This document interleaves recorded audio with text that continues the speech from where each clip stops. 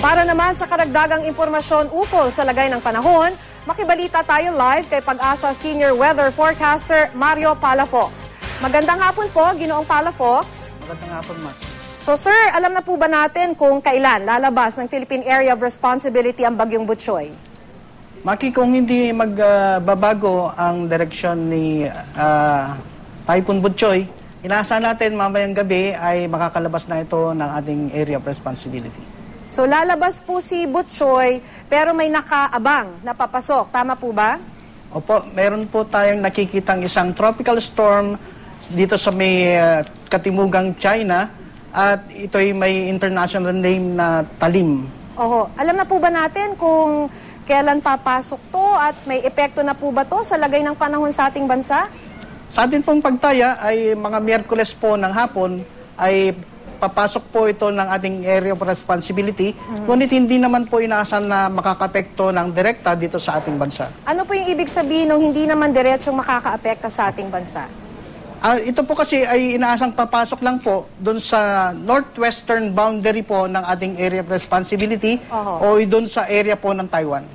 Kaya hindi uulan, ganun po ba? Hindi malakas ang ulan, hindi ho ba hahangin ng malakas? Ang magiging epekto lang po nito ay pwede po niyang ma-enhance yung southwest monsoon.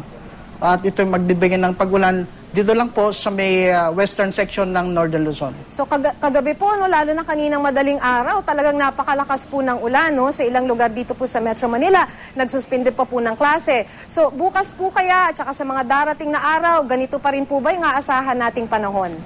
Dito po sa Metro Manila ay inaasahan po natin na i-improve na po ang ating weather condition at maliban na lang po dito sa may Northern Luzon at sa western section po ng Central Luzon. When we say po mag-i-improve, uulan pero hindi kasing lakas nung naranasan kanina. Opo, mahina ng mga pag-ulan lang po ang mararanasan natin at magpapakita na po ang ating haring araw.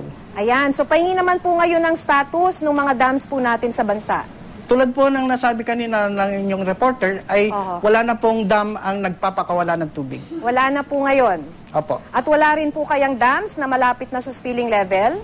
Sa ngayon ma'am, wala naman tayong nakikita na dam na nasa above yung water level po nila. Maraming salamat po sa inyo, Pag-asa Senior Weather Forecaster Mario Palafox.